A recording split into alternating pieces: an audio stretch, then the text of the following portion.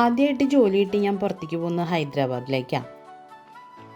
ഹൈദരാബാദ് എന്നൊക്കെ പറയുമ്പോൾ ഭക്ഷണത്തിൻ്റെയും സ്ട്രീറ്റ് ഫുഡിൻ്റെയൊക്കെ സ്ഥലമാണല്ലോ. അങ്ങനെ ഞാൻ ജോലി കഴിഞ്ഞ് തിരിച്ചു വരുമ്പോൾ ഞാൻ താമസിക്കുന്ന വീടിൻ്റെ അടുത്ത് ഒരു ചെറിയ പയ്യനും അവൻ്റെ അനിയനും കൂടിയിട്ട് പാനിപ്പൂരിയുടെ ഒരു ചെറിയ കട നടത്താറുണ്ട്. ഞാനും ശാലും അവിടുത്തെ സ്ഥിരക്കാരായിരുന്നു. എൻ്റെ ഫ്രണ്ട് 5-6 ആളുകൾ ഈ പയ്യൻ്റെ ചുറ്റും കൂടി നിൽക്കും.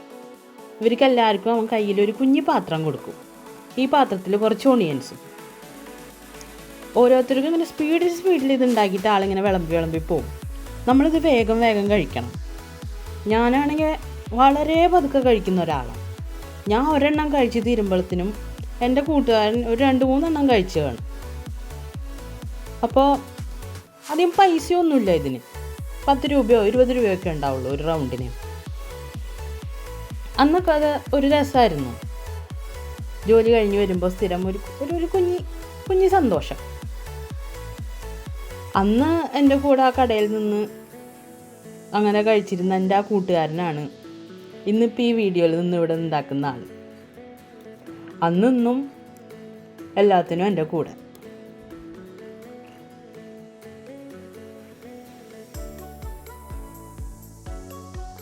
ഇപ്പോൾ ഇവിടെ UK വന്നപ്പോൾ ശരിക്കും ഞങ്ങൾക്ക് ആ നാടും അവിടുത്തെ ഒരു നൈറ്റ് ലൈഫും ഭയങ്കരമായിട്ട് മിസ് ചെയ്യാറുണ്ട്.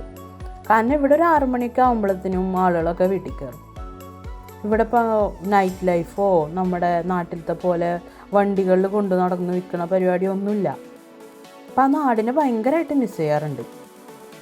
അപ്പോൾ അവിടെ കിട്ടുന്ന സാധനങ്ങളൊക്കെ ഇങ്ങനെ ഞങ്ങൾ ഉണ്ടാക്കാനൊന്ന് ട്രൈ ചെയ്ത് നോക്കും.